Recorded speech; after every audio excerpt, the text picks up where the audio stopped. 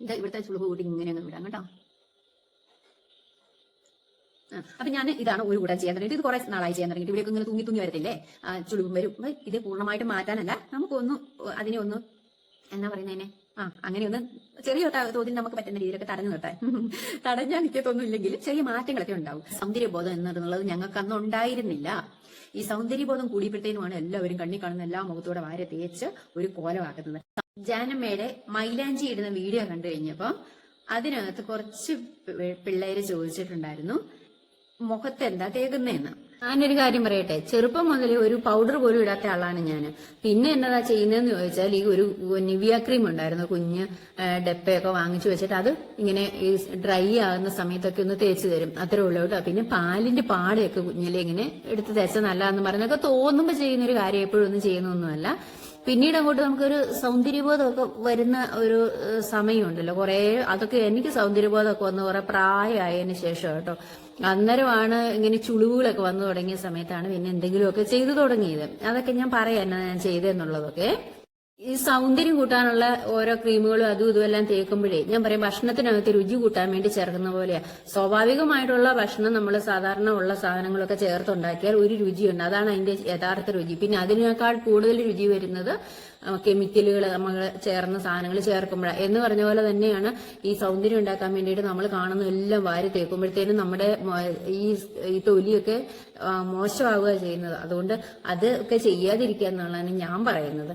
ഇപ്പോ ഒരു കുറച്ച് പ്രായത്തിൻ്റെതായ ചെറിയ ചുളിവുകളും കാര്യങ്ങളും വലിച്ചിലുകളൊക്കെ വന്നു തുടങ്ങിയപ്പോ ഞാൻ ചെയ്യുന്ന കുറച്ച് പൊടിക്കൈകളുണ്ട്.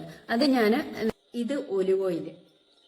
ഇത് ഞാൻ ഗൾഫിൽ എനിക്ക് ഡ്രൈ സ്കിൻ ആയ സമയത്ത് അവിടെ ചെന്ന് ഭയങ്കരമായിട്ട് ഈ ചില കാലാവസ്ഥ, അവിടുത്തെ ചൂടിന് കാറ്റിന് തണുപ്പിനൊക്കെ എനിക്ക് സ്കിൻ അങ്ങോട്ട് ഭയങ്കര ഇതായിട്ട് ഇങ്ങനെ വരണ്ട് പൊട്ടുന്ന പോലെ വരും.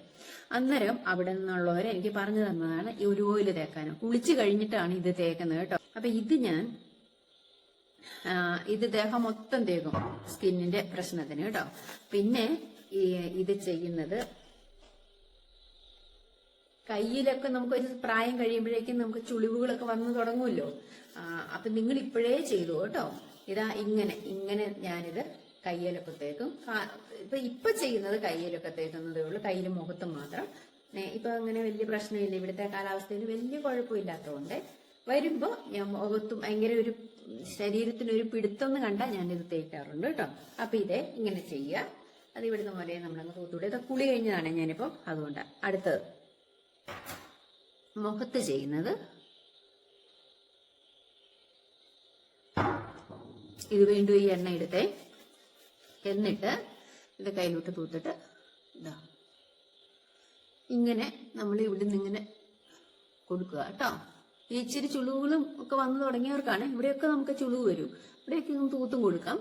എന്നിട്ട് ഇവിടെയൊക്കെ ഞാനങ്ങ് തൂത്ത് കൊടുക്കും കേട്ടോ. അങ്ങനെയൊക്കെ തൂത്ത് കൊടുക്കുവേ. അതിനുശേഷം ഇങ്ങനെ ചെയ്തു കൊടുക്കുക. അത് ഒരു 2 മിനിറ്റൊക്കെ നമ്മൾ ചെയ്യുക. പിന്നെ അമർത്തൊന്നും വേണ്ട, ചെറുതായിട്ടൊരു ഇതില് ഇത് ചെയ്തു കൊടുക്കുക. പിന്നെ ചെയ്തു കൊടുക്കുക. കണ്ണിലോട്ട് എണ്ണ പോവരുതേ, അങ്ങനെ ചെയ്യുക. പിന്നെ ഇവിടുന്ന് നമ്മൾ ഒന്നും കൂടി ഇവിടെയും ചുളുക്കം വരും, ഇവിടെയും ചുളിവ് കൂടുതൽ വരാറില്ലേ. അപ്പൊ ഇതിൽ കൂടെ ഒന്നും കൂടി ഇങ്ങനെ കൊടുക്കുക. കണ്ണിലോട്ട് വീഴരുത്. പിന്നെ ഇവിടെ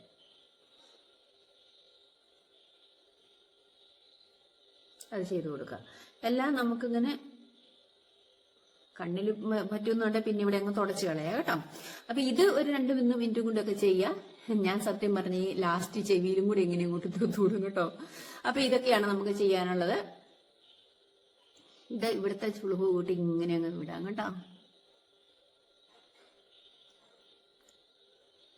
അപ്പൊ ഞാൻ ഇതാണ് ഒരു കൂട്ടം ചെയ്യാൻ തുടങ്ങിയിട്ട്. ഇത് കുറെ നാളായി ചെയ്യാൻ തുടങ്ങിയിട്ട്. ഇവിടെയൊക്കെ ഇങ്ങനെ തൂങ്ങി വരത്തില്ലേ, ചുളിവും വരും.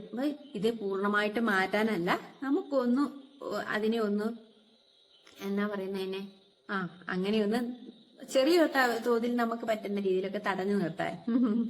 തടഞ്ഞാൽ നിൽക്കത്തൊന്നും ഇല്ലെങ്കിൽ ചെറിയ മാറ്റങ്ങളൊക്കെ ഉണ്ടാവും.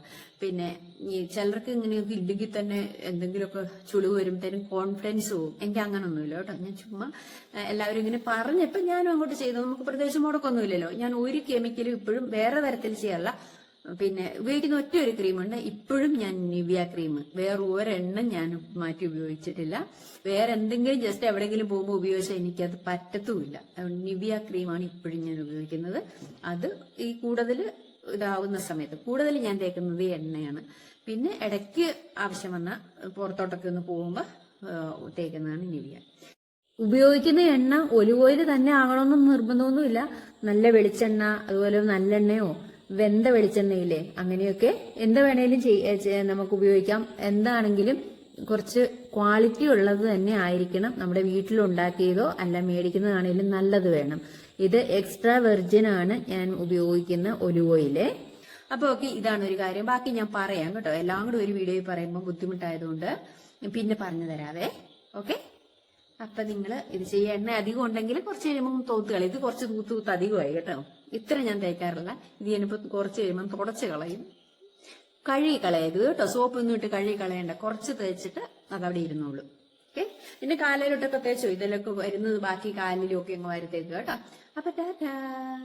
അപ്പൊ ഞാൻ അടുത്ത വിശേഷങ്ങൾ പറയുന്നത് വരെ എല്ലാവർക്കും ബൈ.